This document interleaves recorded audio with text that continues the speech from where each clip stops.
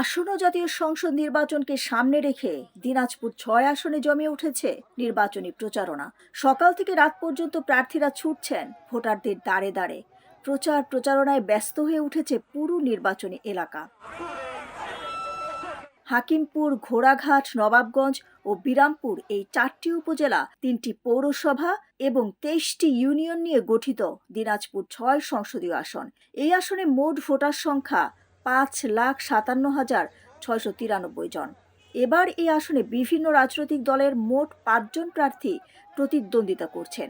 BNP ও জামায়াতের পাশাপাশি নির্বাচনী মাঠে রয়েছেন সমাজতান্ত্রিক দল বাসদ, ইসলামী আন্দোলন বাংলাদেশ এবং জাতীয় পার্টির মনোনীত প্রার্থীরা ইতিমধ্যে জনসভা, উঠান বৈঠক, লিফলেট বিতরণ, গণসংযোগের মাধ্যমে ভোটারদের সমর্থন আদায়ে জোর প্রচেষ্টা চালিয়ে যাচ্ছেন। উন্নয়ন, কর্মসংস্থান, শিক্ষা ও অবকাঠামোগত উন্নয়নের প্রতিশ্রুতি দিয়ে ভোটারদের মন জয় করার চেষ্টা করছেন তারা। বিএনপির প্রার্থী ডক্টর AZM জাহিদ হোসেন বলেন, আগামী বাংলাদেশ গড়ার লক্ষ্যে তারেক রহমানের নেতৃত্বে আমরা শিক্ষা, স্বাস্থ্য, কৃষি সহ বিভিন্ন কর্মসূচি হাতে নিয়েছি। জনাব তারেক রহমানের নেতৃত্বে ৩১ দফার আলোকে বাংলাদেশকে যাতে এগিয়ে নিয়ে যাওয়া যায়, এই অঞ্চলের জনপদের মা বোনেরা এবং মুরব্বীরা অর্থাৎ ভোটাররা তার পক্ষে দাঁড়াবে বলে আমি বিশ্বাস করি। জামায়াত প্রার্থী আনোয়ারুল ইসলাম বলেন, জনগণের সকল দুঃখ কষ্ট সম্পর্কে আমরা অবগত। আমরা জনগণের দুঃখ কষ্ট দূর করতে কাজ করব বলে এই এলাকার জনগণ আমাদের ওপর আস্থাশীল।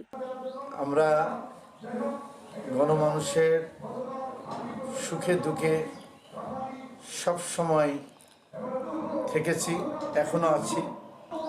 জনগণের প্রয়োজন, সমস্যা এ বিষয়ে আমরা অবগত, এবং আমরা যে অবগত, আমরা যে তার সমাধান করতে পারবো এ ব্যাপারে জনগণ আমাদের প্রতি আস্থাশীল।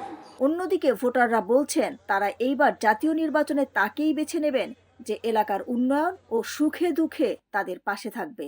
আর এই এলাকার নতুন ভোটাররা প্রথমবারের মতো ভোট দিতে পারবেন বলে বেশ উচ্ছ্বসিত। নতুন ভোটার হতে পেরে আমি খুবই আনন্দিত।